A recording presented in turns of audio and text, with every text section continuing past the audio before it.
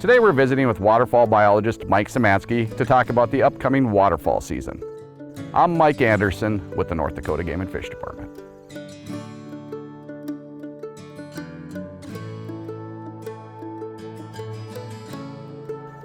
Mike, in order to have good duck numbers, you need to have good habitat and good water conditions. We're in a major drought right now. How are things looking? Well, Mike, it's been a pretty exceptional year for folks on the landscape and wildlife as well. Going back to 2019, we were very wet and we came out of that very wet, but the last half of 2020 was very dry and it continued basically all through this summer. And our habitat conditions are really showing it. We're about 67% below the 73-year average on our wetland index. So very, very dry. The fortunate thing though is that we have a lot of ducks still. Our duck numbers are still at or above the long-term average, 73-year average. So that's good. But then getting through summer and not having great habitat conditions on the wetland side, upland habitats were not real great either. And no precipitation to incite renesting attempts led to pretty poor production overall for ducks. So our duck brood index was 23% below the long-term average on that end of things. So not kicking out a lot of young ducks into the fall flight this year. Mike, with these wetlands drying up around the state, are there any benefits to that? Absolutely. It's very important for prairie wetlands to go through a natural drying process, natural drying and re-wetting process to cycle nutrients and keep them productive. So we do need to go through drought and drying periodically in wetlands. It is unfortunate this year that the intensity of the drought was as strong as it was and as widespread. It's not really good for wildlife or especially people on the landscape. Okay, let's go through each individual duck species. How are numbers looking? Numbers overall are not looking real great. On the mallard side of things, our indices were the lowest since 1993, and for pintails the lowest since 1991. Both of those species are early nesting species, and they really didn't look like they put forth a very, very great renesting or initial nesting effort whatsoever. Blue-winged teal, they're very abundant, and they made up a very large percentage of our overall brood index. So they're always doing pretty good. Diving ducks really didn't do much in the state on our brood surveys. They were mostly absent for that matter. So that was pretty surprising because one would think that they're going to use overwater nesting and bigger wetlands, but without the seasonal basins available, they just really didn't put much of a nesting effort forward this year either. When we say production was very, very poor, I mean, it was, but to be frank, it's not zero. There was some production this year, so we're not just shooting adult ducks. There are some young birds out there. Okay, waterfowl hunters always want to know how conditions are in Canada. Yeah, we do rely on some migration from Canada for duck and goose hunting.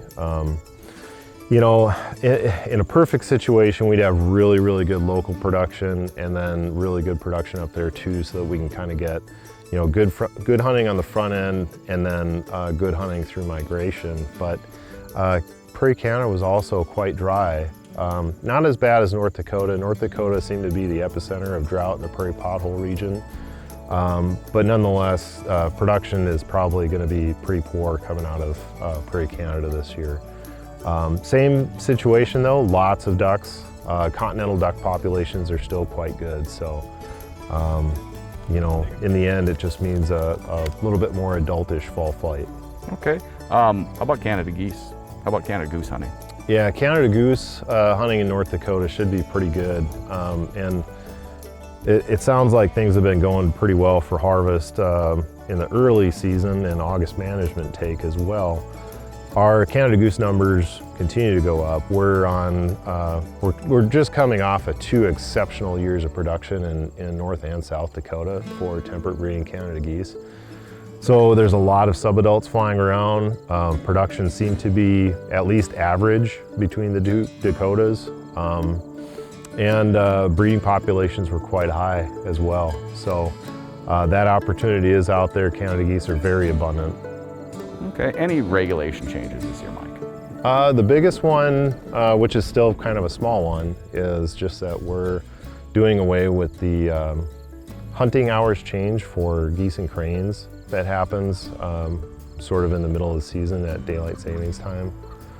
So instead of starting at 1 p.m. and then changing, we're starting right off the bat with a 2 p.m. Hunting hour closure, except for Wednesdays and Saturdays. Any advice for hunters this fall? The biggest thing is just to, first of all, temper your expectations. It has been a very tough year for waterfowl in the state. Hunting conditions are also going to be tough, but there will be some opportunities out there. As I mentioned, there's lots of ducks. So fortunately, there could be some opportunities where ducks are a little bit more concentrated due to drier conditions.